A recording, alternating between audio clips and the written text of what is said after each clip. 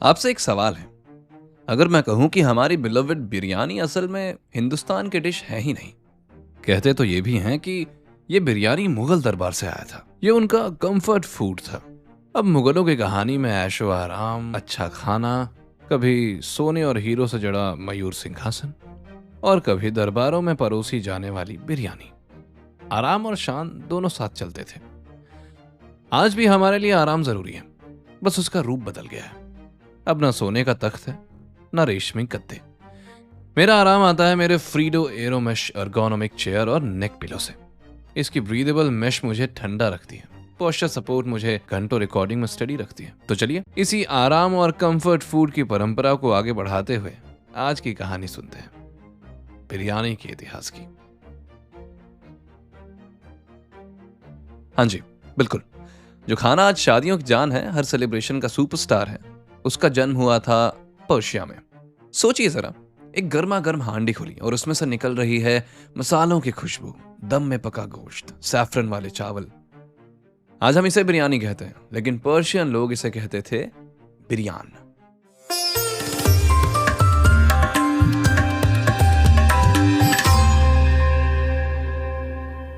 बिरयान, जिसका मतलब है फ्राइड बिफोर कुकिंग। वहां के बावर्ची चावल को पहले थोड़ा फ्राई करते थे और फिर गोश्त के साथ दम लगाते थे।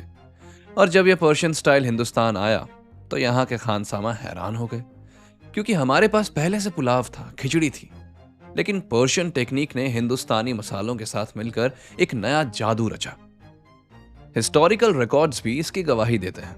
अबुल फजल की लिखी हुई ऐने अकबरी, जो अकबर के दरबार का एनसाइक्लोपीडिया था, उसमें लिखा है कि मुगल किचन्स में राइस और मीट के नए नए एक्सपेरिमेंट्स होते थे। मतलब इमेजिन कीजिए, एक तरफ पर्शियन बिरयान का फ्राई स्टाइल, दूसरी तरफ हिंदुस्तानी स्पाइसेस, और रिजल्ट एक रॉयल इन्वेंशन, बिरयानी। और यह सिर्फ दरबार तक सीमित नहीं था। सोल्जर्स के लिए भी बिरयानी एक बून थी। एक हांडी में मिलता था कंप्लीट मील, चावल भी, गोश्त भी और टेस्ट भी। दम लगाओ और पूरी फौज खिला दो। इसीलिए बिरयानी एक साथ लग्जरी भी और प्रैक्टिकल भी थी, और धीरे धीरे ये शाही डिश बन गई हिंदुस्तान की जान। लेकिन असल सीक्रेट तो यही है, बिना पर्शियन शुरुआत के बिरयानी आज जो है शायद कभी ना होती। पर्शिया से शुरू हुई बिरयानी की कहानी जब हिंदुस्तान आई तो उसने अपना असली रंग मुगल दरबारों में दिखाया। जहां पर्शिया ने बिरयानी को एक शेप दिया था, वहीं मुगल्स ने उसे एक रॉयल अंदाज बख्शा। अकबर के किचन्स की बात करें तो यह सिर्फ एक रसोई नहीं थी, बल्कि एक रिसर्च लैब थी। वहां शेफ्स नए नए एक्सपेरिमेंट्स करते थे, कभी चावल और गोश्त की नई लेयरिंग, कभी मसालों के अलग कॉम्बिनेशंस। इसी दौर में पुलाव और बिरयानी के बीच की लाइन धुंधली हो गई। पुलाव सिंपल था, लेकिन बिरयानी थोड़ा ऊपर। जहांगीर और शाहजहां के दौर में बिरयानी और भी इवॉल्व हुई। यहीं से आया फेमस दम पुख्त स्टाइल, हांडी को सील करके धीमी आंच पर पकाना। इससे ना सिर्फ टेस्ट इंटेंस होता था, बल्कि खुशबू भी हांडी खुलने तक बंद रहती थी। एक और खास बात थी मुगल किचन्स की, उनका फ्लेवर के साथ रोमांस। केवड़ा, सैफरन, गुलाब जल, ये सब सिर्फ टेस्ट के लिए नहीं, एक रॉयल एक्सपीरियंस के लिए यूज होते थे। बिरयानी सिर्फ खाना नहीं थी, एक निशानी थी मुगल शान की। लेकिन मुगल किचन्स का असर सिर्फ दरबार तक सीमित नहीं रहा। सोल्जर्स के लिए भी बिरयानी एक प्रैक्टिकल खाना बन गई, एक हांडी में पूरा मील। ये एक ऐसा पॉइंट था जिसने बिरयानी को सिर्फ लग्जरी नहीं बल्कि यूटिलिटी भी बनाया था। और यहीं से बिरयानी ने अपना अगला सफर शुरू किया। जब यह शाही हांडी हिंदुस्तान के अलग अलग कोने तक पहुंची, हर जगह बिरयानी ने अपना नया रंग लिया। हैदराबादी, लखनवी, मलाबारी, कोलकाता, हर एक ने बिरयानी को अपने तरीके से अपनाया। लेकिन यह कहानी हम अगले हिस्सों में खोलेंगे। हर शहर की अपनी बिरयानी। मुगल्स ने बिरयानी को हिंदुस्तान तक लाया, लेकिन असली मैजिक तब हुआ जब ये अलग अलग शहरों में बस गई। सबसे पहले बात करें हैदराबाद की, निजामों का शहर। और उनकी हैदराबादी बिरयानी वैसे ही मशहूर है। यहां दम स्टाइल को परफेक्शन तक ले जाया गया। हर ग्रेन ऑफ राइस अलग, और मटन या चिकन इतना सॉफ्ट कि बस छूने से ही टूट जाए। इसमें आपको तेज मसाले भी मिलते हैं और वो असली नवाबी टच भी। फिर आते हैं लखनऊ की गलियों में। यहाँ बिरयानी का फ्लेवर हैदराबाद से बिल्कुल अलग है। लखनवी या अवधी बिरयानी ज्यादा सटल है, मसाले हल्के, फ्लेवर सोफिस्टिकेटेड और एक लेयर केयरफुली रखी हुई। इसे खाता ही लगता है जैसे एक शायर की शायरी जुबान पर पिघल रही हो। साउथ में थोड़ा और नीचे चलेंगे तो मिलेगी मलाबारी बिरयानी, केरला से। यहाँ बिरयानी में आता है कोस्टल मैजिक, नारियल, करी लीव्स और थोड़ा स्पाइसी किक। ये बिरयानी टेस्ट में एकदम रिफ्रेशिंग लगती है, जैसे समुंदर की ठंडी हवा। और फिर कोलकाता। ब्रिटिश राज के दौर में जब वाजिद अली शेख को एग्जाइल करके कलकत्ता भेजा गया तो उन्होंने लखनवी बिरयानी का अपना वर्जन बनवाया, लेकिन शॉर्टेज ऑफ मीट की वजह से यहाँ आलू भी बिरयानी में आ गया। और देखो, आज वो कोलकाता बिरयानी का सिग्नेचर बन गया। तो एक चीज क्लियर है, बिरयानी एक ही डिश नहीं, एक सफर है। हर रीजन ने अपना प्यार और अपनी आइडेंटिटी डाल दी इसमें, और इसी वजह से आज भी जब भी कोई बेस्ट बिरयानी की डिबेट शुरू करता है तो वो खत्म ही नहीं होती। एक जमाना था जब बिरयानी सिर्फ शहनशाहों और नवाबों की दावतों में बनती थी, लेकिन धीरे धीरे ये रॉयल खाना उतर आया सड़कों पर, रेलवे कैंटीन्स तक और छोटी छोटी ढाबों तक। और वहीं से शुरू हुआ असली प्यार, आम आदमी और बिरयानी का रिश्ता। सोचो, हैदराबाद की क्राउडेड गलियां या लखनऊ के चौक, एक तरफ बड़े होटल्स की दमदार बिरयानी और दूसरी तरफ छोटी सी हांडी में धुआं निकलती बिरयानी का प्लेट। दोनों का अपना अलग मजा है। रेलवे जर्नीज में भी बिरयानी की खुशबू अलग ही नॉस्टैल्जिया देती है। ट्रेन के विंडो के बाहर चेंजिंग व्यूज और बॉक्स में गर्मा गर्म बिरयानी, वो मोमेंट ही कुछ और होता है। आज तो हर शहर अपना बेस्ट क्लेम करता है, हैदराबाद ही सबसे बढ़िया है, नहीं भाई लखनवी ही असली है, अरे कोलकाता आलू के बिना बिरयानी होती है क्या। ऐसी चर्चाएं हर फूडी के ग्रुप में मिल जाती हैं। और पॉप कल्चर ने इसे और आइकॉनिक बना दिया है। बॉलीवुड के गाने हो या कॉमेडी स्केचेस हो या फिर यूट्यूब के फूड व्लॉग्स, बिरयानी अब सिर्फ एक डिश नहीं, एक पॉप स्टार बन चुकी है। बिरयानी वॉर्स भी चलती रहती है ऑनलाइन, जहां लोग अपने शहर की बिरयानी के लिए लड़ने तक को तैयार हो जाते हैं। सो एक लाइन में बोलें तो बिरयानी का सफर ताज के महलों से लेकर स्ट्रीट स्टॉल्स तक आया है, और वहीं से ये एक असली लेजेंड बना है, क्योंकि जब तक आम लोगों के दिल में जगह ना बने तब तक असली पॉपुलैरिटी आती ही नहीं। अब जब बिरयानी आम लोगों तक आ ही गई तो सवाल ये उठता है, क्या है उस डिश का असली मैजिक।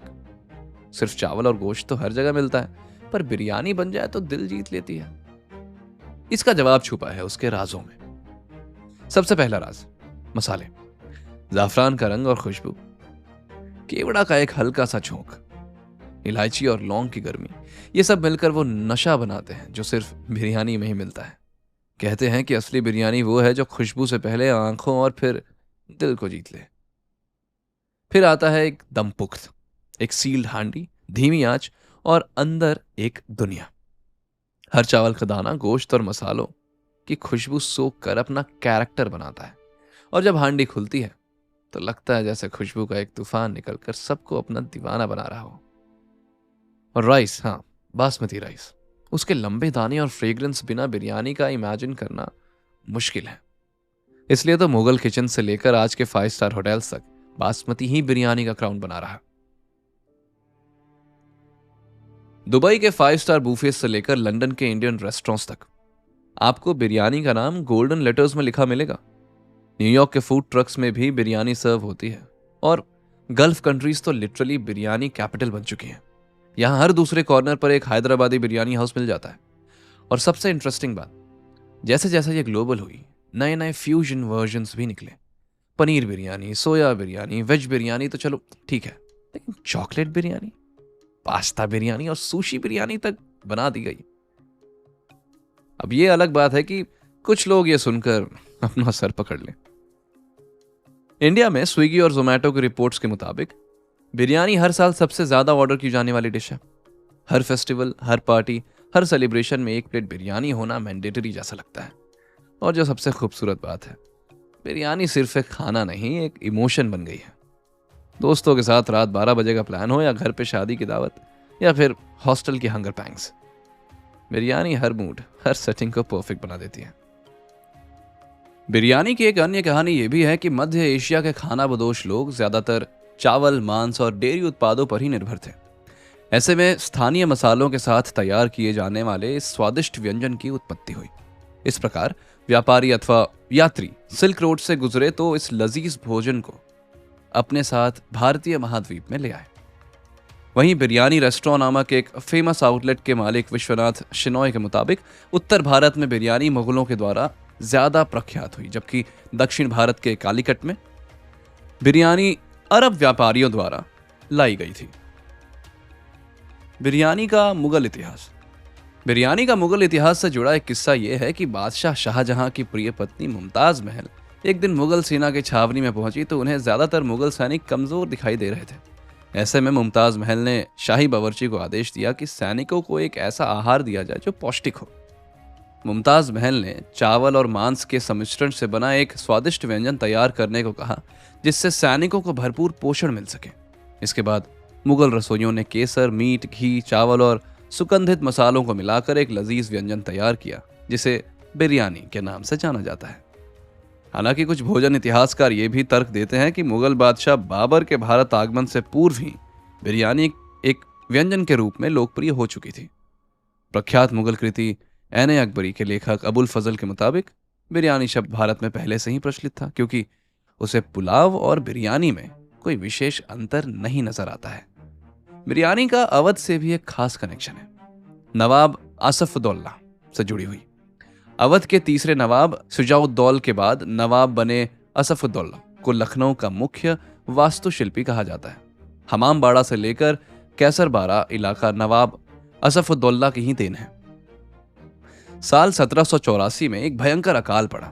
ऐसे में नवाब असफउद्दौला ने धर्मार्थ कार्य के तहत काम के बदले भोजन नामक एक कार्यक्रम की शुरुआत की। दरअसल नवाब असफउद्दौला बड़ा इमामबाड़ा बनवाना चाहते थे। इस निर्माण कार्य के दौरान बड़े पैमाने पर श्रमिकों को लाया गया। इन श्रमिकों को भोजन कराने के लिए अवध के शाही रसोइयों ने बड़े बर्तनों में चावल, मांस, सब्जियां तथा सुगंधित मसालों को धीमी आंच पर पकाया। यह व्यंजन श्रमिकों को बहुत पसंद आया। एक दिन यह व्यंजन जब धीमी आंच पर पकाया जा रहा था तब इसकी सुगंध ने नवाब असफउद्दौला का भी मन मोह लिया और उन्होंने इसे अपनी शाही रसोई में भी बनाने का आदेश दिया। तब से बिरयानी पूरे अवध ही नहीं, समस्त उत्तरी भारत में प्रसारित हो गई। अब बात करते हैं सिंधी बिरयानी की। पाकिस्तान का सिंध प्रांत सिंधियों का घर माना जाता है। सिंधी बिरयानी अपने मसालेदार स्वाद के लिए फेमस है। सिंधी बिरयानी को मटन या चिकन, दही, हल्दी, धनिया, लाल मिर्च पाउडर तथा गरम मसालों को मैरिनेट कर तैयार किया जाता है। सिंधी बिरयानी में आलू बुखारे का भी इस्तेमाल किया जाता है जो इसके स्वाद को तीखा बनाती है। सिंधी बिरयानी में मांस को बारीक कटे प्याज और टमाटर के साथ तब तक पकाया जाता है जब तक ये नरम और रसदार ना हो जाए। इसके बाद बासमती चावल को तेज पत्ता, लौंग, इलायची और स्टार एनिस जैसे साबुत मसालों के गुलदस्ते के साथ उबाला जाता है जिससे इसमें खुशबू आती है। आखिर में प्रत्येक परत पर तले हुए प्याज, ताज़ा पुदीना और धनिया के पत्ते डाले जाते हैं और फिर इसे सील करके धीमी आंच पर तब तक पकाया जाता है जब तक कि सभी स्वाद एक साथ न मिल जाए। परंपरागत बिरयानी को मिट्टी के बर्तन में कोयले पर पकाया जाता था। हालांकि बदलते समय के साथ इसे पकाने की तकनीक भी बदलती आई है। तो ये था बिरयानी का सफर। पर्शिया की मिट्टी से उठा, मुगल दस्तरखानों पर चमका, इंडिया के हर शहर में अपना रंग दिखाया और अब दुनिया भर का दिल जीत रहा है। और ये सफर अभी भी चल रहा है क्योंकि बिरयानी के लिए एक ही रूल है, once you taste it, there's no going back. I hope you liked this episode, and if you liked it, don't forget to follow India Unveiled on whichever platform you're listening it to. Bharat को और अच्छे से जानना है तो episode list explore कीजिए, बहुत जानकारी मिलेगी। This episode was presented to you by Freedo. Explore कीजिए फ्रीडो और अपना सिंहासन खुद चूज कीजिए, क्योंकि भारत में कंफर्ट हमेशा से किंग रहा है, चाहे वो खाने की बात हो या रहन सहन की।